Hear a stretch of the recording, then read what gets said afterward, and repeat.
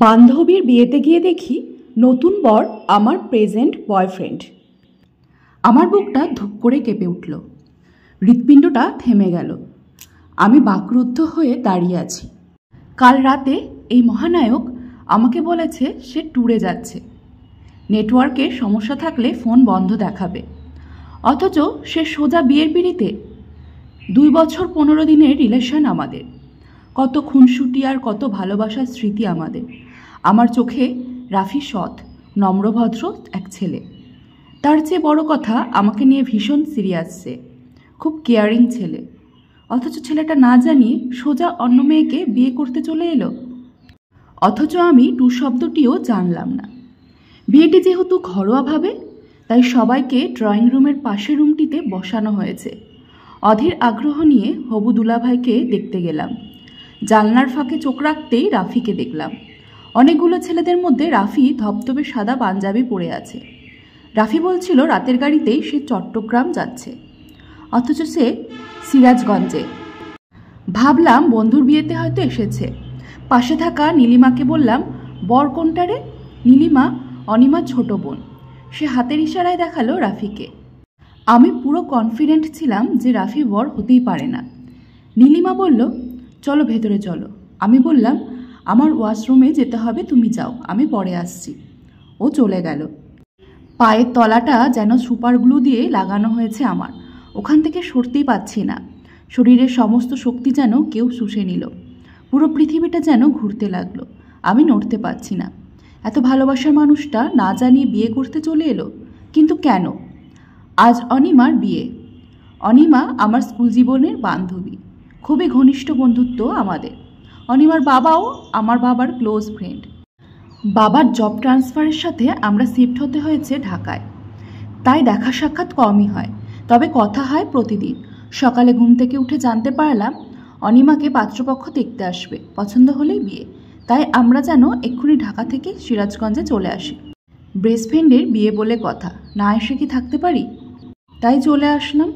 ওইদিকে রাফিকে বলতে পারিনি, কারণ তার ফোন সুইচ অফ ছিল। রাফিকে দেখে মন মানছে না আমার। রাফি আমাকে ভীষণ ভালোবাসে, এমন কাজ সে করতেই পারে না।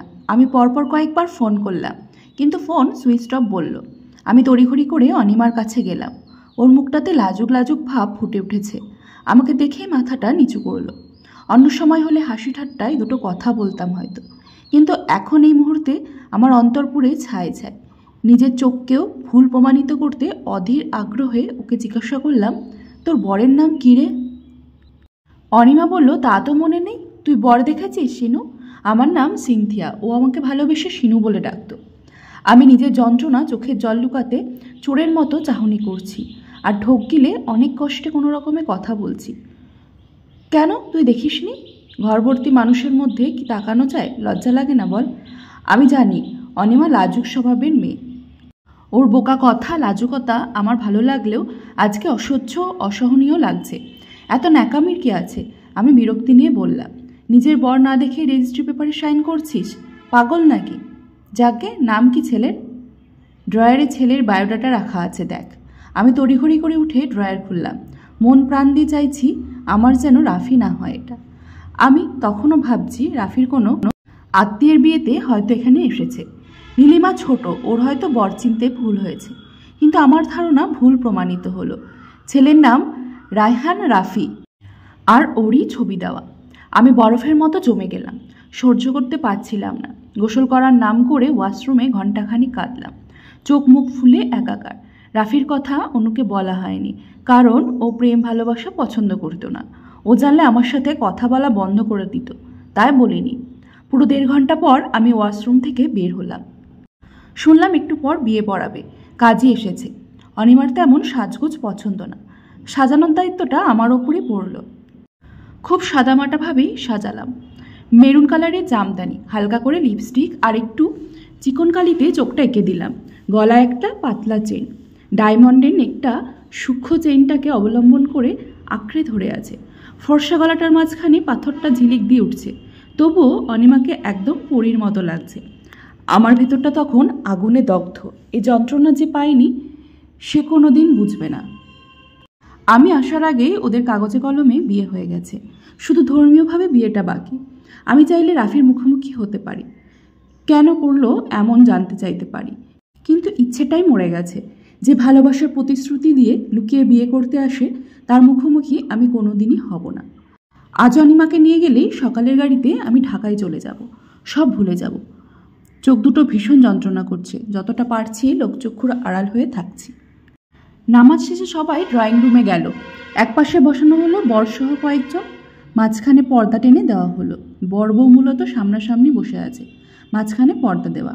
অনেক জোড়াজুড়িতে আমাকে বসতে হলো কনের পাশে। বুকের ব্যথায় আমি জর্জরিত। কাজী তখন বিয়ে পড়াচ্ছেন।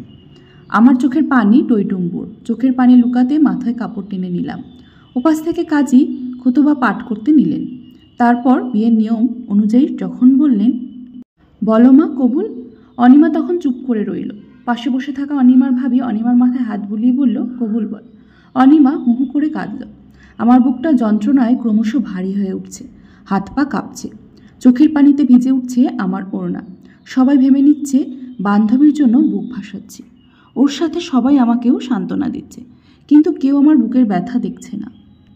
অনিমা 3 বার কবুল বলা শেষ করলো। কাজী যখন রাফিকে কবুল বলতে বলল, আমার জানটা মনে হয় বেরিয়েই যাবে এখন। ওপাশ থেকে কাজী বলে উঠল, বলো বাবা কবুল। আমার ভালোবাসার মানুষটা পরপর 3 বার বলল কবুল। আমার ভেতরটা শূন্য হয়ে গেল, হারিয়ে গেল আমার রাফি।